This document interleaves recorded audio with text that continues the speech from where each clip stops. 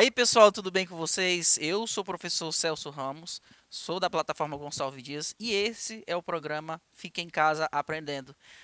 Nessa aula de hoje, nós vamos trabalhar um assunto muito importante, pessoal, que é DSTs. Nós trabalhamos aí os assuntos relacionados à parte de reprodução, né, sistema reprodutor masculino e feminino.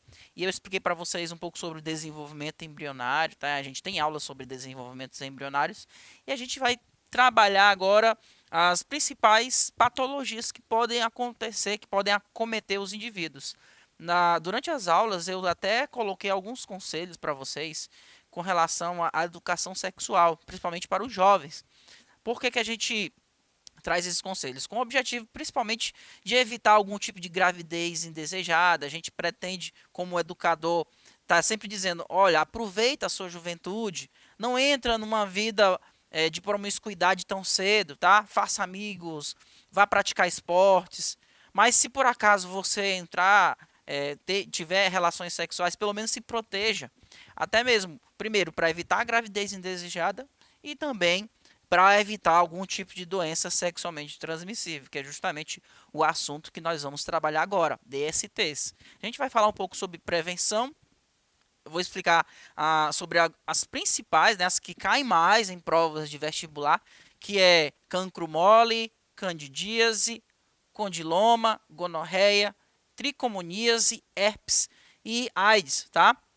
Bem, essa palavra prevenção, ela pode ter também uma outra palavra, tá? Que é um sinônimo que pode ser dado para prevenção.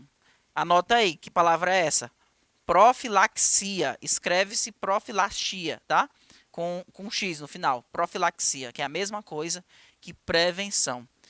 Então, o objetivo da prevenção, principalmente, é você evitar algum tipo de doença, né? Usar preservativo de forma correta no início e no fim da relação é muito importante. Nem sempre os preservativos eles vão proteger de forma completa, como no caso de algumas doenças que eu vou apresentar para vocês. Mas já diminui a incidência de riscos, né, de você poder contrair algum tipo de doença sexualmente transmissível. E outra prevenção muito importante, pessoal: não tenha relações sexuais com pessoas que você não conhece. Isso acontece muito, principalmente em festas, né? Em baladas, as pessoas se conhecem, acham o outro parceiro bonito e tal, e aí termina tendo algum tipo de relação sexual e pode ser que essa relação também aconteça de forma desprevenida, tá? Então conheça seu parceiro. De preferência tem que ser seu namorado ou namorada, se por acaso os dois tiverem algum tipo de contato íntimo, tá? Ter hábitos saudáveis de higiene, ok? A higiene ela é essencial porque muitas doenças sexualmente transmissíveis elas são provocadas por bactérias, tá? Por fungos, e eles tendem a proliferar quando você tem a sua imunidade diminuída, que são as suas defesas. Então, a prevenção acontece também por meio da limpeza, né, pessoal? Você tem que ter o seu genital sempre limpo, tá? E ao sinal de qualquer sintoma ou mudança em seu corpo que seja preocupante, procurar o auxílio médico, tá? Então não venha pelo seu achismo a fazer algum tipo de coisa que não seja procurar o médico, ok? E a gente vai começar a falar das primeiras doenças que de cara você já dá de cara com algumas imagens fortes. Infelizmente, a gente vai ter que mostrar alguns sintomas que são encontrados, tá? Por algumas doenças sexualmente transmissíveis. Isso é importante até para te causar um impacto. E assim você vinha se proteger mais. Então, a primeira doença que a gente vai falar é sobre o cancro mole. Quando eu estiver falando das doenças, eu vou estar falando do agente etiológico, da forma de transmissão e dos sintomas, tá? O que é o agente etiológico? O agente etiológico é um indivíduo que causa a doença. Pode ser uma bactéria, pode ser um fungo, pode ser um vírus, tá? Então, o agente etiológico do cancro mole é essa bactéria aqui, ó, Haemophilus ducreyi, tá? É o nome científico. E a transmissão é através do sexo vaginal, anal ou oral. na maioria das vezes sempre vai ser por contato íntimo, né, com as genitárias do indivíduo. Os sintomas de 2 a 5 dias após o contágio, acompanhado de dor de cabeça, febre e prostração, pequenas e dolorosas feridas, úlceras nos genitais externos, tá? Essas feridas, elas podem ser únicas ou múltiplas. Então, alguns sintomas aparecendo como esses, procurar também o médico. Outra doença sexualmente transmissível, pessoal, é a candidíase. Essa doença, ela é provocada por um fungo conhecido como Candida albicans. E ela vai acontecer, vai ser transmitida pelo contato sexual, pelo contato com água contaminada e até mesmo objetos contaminados. É interessante vocês levarem em consideração também que uma alimentação desregrada, ela pode gerar candidíase, mesmo que você não tenha um tipo de contato com a pessoa infectada. Mas, por exemplo, o fungo Candida albicans, esse fungo aqui, ele já está presente na sua genitária, tá? Ele faz parte da flora da genitária normal, tá? Que são os micro-organismos que ficam ali nas nossas genitárias. Só que quando você tem as suas defesas imunológicas diminuídas, tá? Essas defesas imunológicas ela pode diminuir por conta da péssima alimentação, da pouca atividade física, tá? Isso vai gerar uma queda da imunidade. A falta de higiene pessoal também, ela vai gerar essa queda da imunidade, tá? Distúrbios no organismo causam essa queda da imunidade. Isso faz com que este fungo, que já está presente ali na genitália, ele vai se multiplicar. Então, ele se multiplicando vai entrar num descontrole total, vai causar alguns sintomas ruins no indivíduo, principalmente no caso das mulheres, tá? Quais são os sintomas? Corrimento branco, irritação e coceira. O que seria esse corrimento branco? É a secreção produzida ali pela genitália, tá? Antes de eu mostrar aqui, por exemplo, uma imagem desse sintoma aqui, do corrimento branco, uma outra situação também, pessoal, é que pessoas que se alimentam de açúcar de maneira excessiva, o açúcar ele aumenta o pH vaginal. E, consequentemente, esse aumento do açúcar, do consumo do açúcar, ele vai ser propício, ou seja, benéfico para o fungo. Esse fungo ele se multiplica de forma descontrolada. E vai causar isso aqui, ó.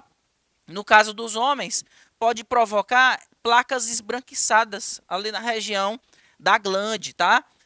A glande é conhecida como cabeça do pênis, tá? No caso das mulheres, a gente vai encontrar também essas faixas esbranquiçadas no canal vaginal, ok? E aí vai gerar o que a gente chama de secreção, um corrimento branco, tá, pessoal? Vamos aqui para a próxima doença sexualmente transmissível, que é o condiloma. O que seria o condiloma, tá? O condiloma ele é provocado por um vírus, tá? Um vírus conhecido como papiloma vírus humano, mais conhecido como HPV, tá, pessoal? A transmissão vai acontecer pela via sexual também. Relações sexuais que podem ser principalmente desprotegidas, mas a transmissão ela pode acontecer também se você estiver usando camisinha. Aí você pergunta, mas como assim, professor? O vírus do HPV ele é tão pequeno, mas tão pequeno, que ele pode atravessar a estrutura da camisinha, por incrível que pareça, tá? A camisinha ela diminui a transmissão, mas pode sim, o indivíduo que tenha o HPV, ele pode sim transmitir HPV mesmo que ele esteja usando a camisinha, tá? E se o indivíduo tiver, por exemplo, alguma lesão na parte da sua pubis, né, da região ali do órgão genital, que não esteja sendo protegido pela camisinha, ao entrar em contato com essas lesões, o HPV também pode ser transmitido. Então, o HPV é conhecido como vírus do papiloma humano, tá? Os sintomas vão acontecer principalmente nas mulheres. Homens que adquirem HPV geralmente podem ser assintomáticos, tá? Mas existem situações em que homens eles não têm os sintomas do HPV. Então, quais são os sintomas? Pele dolorosa, pequenas verrugas, tá? Rugosas, nas zonas genitais, anais ou até mesmo na garganta, porque se o indivíduo tiver tido algum tipo de sexo oral, esse vírus ele pode também acontecer ali na garganta, tá? As verrugas se desenvolvem aonde? No caso das mulheres, na vulva, no períneo, tá? Na vagina e colo do útero, havendo quase sempre concomitância de corrimento vaginal. Ou seja, ao mesmo tempo que ela vem a ter essas verrugas, ela pode ter, ao mesmo tempo, esse corrimento vaginal. Nos homens, tá? Pode acontecer na glande, prepúcio e bolsa testicular. Pode se formar essas verrugas, tá? Como a gente pode ver nessas imagens, que são, infelizmente, são imagens fortes. Então, são verrugas que podem ocorrer, complicações que podem ocorrer nos indivíduos, tá? As consequências do HPV são essas. Olha aqui, ó. Câncer do colo do útero, tá? E vulva. E mais raramente, câncer no pênis e também no ânus, tá? O câncer do colo do útero ele pode acontecer. Na verdade, o colo do útero é aquela entrada do útero, tá? No finalzinho do canal vaginal, tá, pessoal? Agora falando aqui da próxima doença sexualmente transmissível, a gonorreia. Todo mundo, em algum momento, já ouviu falar dessa doença, gonorreia, tá? Ela é provocada por uma bactéria conhecida cientificamente como Neisseria gonorrhoeae, ok? E a transmissão vai ser também pelo contato sexual, tá? Sexo vaginal, anal ou oral. Os sintomas, eles vão diferir na mulher e no homem, que apresenta quadro infeccioso mais aparente, caracterizado pela uretrite. Uretrite é inflamação na via urinária, tá? Que é na uretra, que produz secreção purulenta, amarelo esverdeada pela manhã, provocando odor e ardor ao urinar, tá? Então, quando não tratada, pode acometer a próstata, no caso dos homens, né? Vesículas seminais, epidídimo. O epidídimo é aquela bolsinha que fica acima do testículo, que serve para armazenar o espermatozoide. Na pele, articulações, endocárdio. Endocárdio é uma membranazinha que envolve ali o coração, tá? Fígado e nas meninges. As meninges são membranas que protegem o cérebro. Então, é uma bactéria que podem afetar esses órgãos aí que eu mostrei para vocês, que eu falei para vocês, tá? Atenção, pessoal, cerca de 70% de mulheres infectadas com bactéria causadora da gonorreia não apresentam sintomas, mas podem continuar a transmitir a doença, não só para o parceiro, mas também para o bebê na hora do parto. Olha, interessante. Essa doença que é a gonorreia, ela pode ser assintomática em mulheres. Assim como, por exemplo, o HPV, que é aquela doença que nós vimos antes da gonorreia, ela pode ser assintomático nos homens, tá? Então, existem doenças sexualmente transmissíveis que no indivíduo pode ser assintomático. Por isso que tem que ter sempre a proteção, tá? Sexo tem que ser protegido. E a gonorreia, aqui são alguns sintomas que ela pode causar. Infecção na garganta, tá? E até mesmo conjuntivite gonocócica, ou seja, a conjuntivite causada pela bactéria que causa a gonorreia. Conjuntivite é a inflamação na conjuntiva dos olhos, ok, pessoal?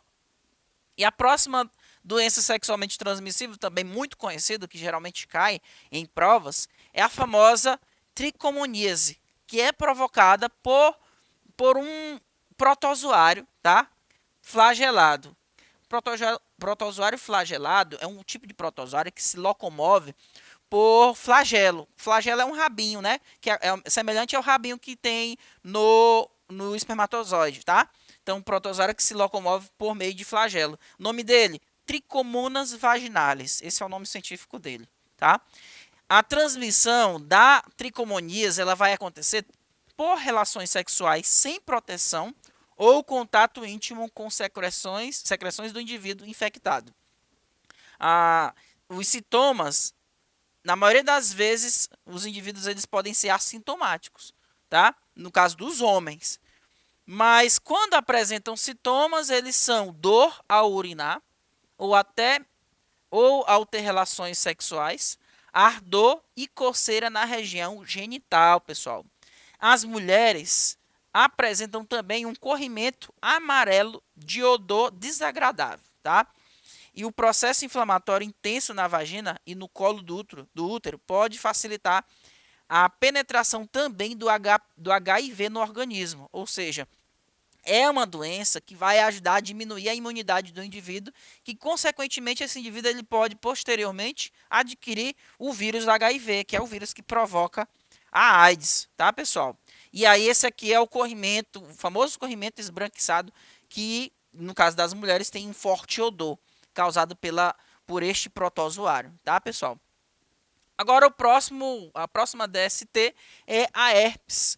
A herpes ela é causada pelo vírus, tem vários vírus, né? Tem o herpes vírus 2, o herpes simplex vírus do tipo 2 e principalmente o tipo 1, tá? Tem um herpes vírus que acomete ali a região genital, mas também tem um outro tipo de herpes, né? Ela vai acontecer em outras partes do corpo, tá, pessoal? Que não necessariamente o indivíduo ele vai ter para adquirir esses outros herpes, não necessariamente vai ser pela via sexual, tá? Mas a transmissão do herpes vai ser principalmente pela relação sexual desprotegida, né? Que no caso aqui vai ser o sexo anal ou oral, principalmente. Bebês podem ser infectados no momento do parto de mães infectadas e o contato direto com lesões ou objetos contaminados. A sua manifestação está relacionada à queda das defesas do organismo. Novamente, a gente traz essa questão de que queda nas defesas imunitárias, elas vão ajudar ao desenvolvimento da doença, tá? A doença ela pode progredir. Os sintomas principalmente vai ser o plúrido. Plúrido, pessoal, é coceira, tá? Fisgadas e sensação de queimadura na pele dos genitais, que evoluem para lesões avermelhadas. Pequenas vesículas nos genitais ou anais que se tornam muito dolorosas, as quais cicatrizam-se em algumas semanas com ou sem tratamento. E aí, pessoal, importante, não há tratamento que cure a herpes. Vale a pena ressaltar isso aqui. Porém, medicamentos antivirais eles podem diminuir e prevenir as erupções, né? Adicionalmente, terapia diária e de repreensão a herpes sintomático pode reduzir o risco de transmissão para o parceiro sexual. Uma dica que as pessoas que têm a herpes, elas sempre têm uma boa alimentação para manter o seu sistema imunológico em dias, para que a herpes ela não venha se manifestar. Porque mesmo o indivíduo tendo a herpes, ela pode viver normalmente, pode viver de forma assintomática, contanto que ela tenha uma boa saúde, tá? Essas são algumas complicações que podem existir quando o indivíduo ele tem herpes genital, tá? Existe herpes que não é genital, como eu falei para vocês anteriormente, onde lesões elas podem existir em outras regiões do corpo, tá? A próxima DST é a linfogranuloma, causada pela clamídia, tá? Contato sexual sempre vai causar essas doenças. Os sintomas aparecem de 7 a 30 dias após a exposição da bactéria. Surge uma ferida ou caroço muito pequeno na pele dos locais que estiveram em contato com essa bactéria, tá? No caso, que dura em média de 3 a 5 dias. É uma lesão que, além de passageira, não é facilmente identificada. Entre 2 a 6 semanas após a ferida, surge um inchaço doloroso dos gânglios da virilha, pode causar deformidades local e febre. Então, esses são alguns sintomas que podem ocorrer nessa doença aqui, o linfogranuloma, tá? E nós temos várias outras doenças, como a sífilis, e a principal delas também, pessoal, além da sífilis, que eu não vou trazer tão detalhado aqui, mas a gente vai ter algumas questões, a principal é a AIDS, tá? Que é o HIV. O HIV é um vírus que causa AIDS. A AIDS é uma destruição das defesas imunitárias, tá? Quando o vírus ele destrói as defesas do indivíduo, outras doenças elas podem de forma oportunista acometer o indivíduo e acabar levando ele até a morte, tá? Espero que vocês tenham entendido. Eu trouxe algumas das principais informações sobre as doenças sexualmente transmissíveis. A gente vai ter algumas questões para responder depois, tá? Fiquem todos com Deus. Até mais. Tchau, tchau.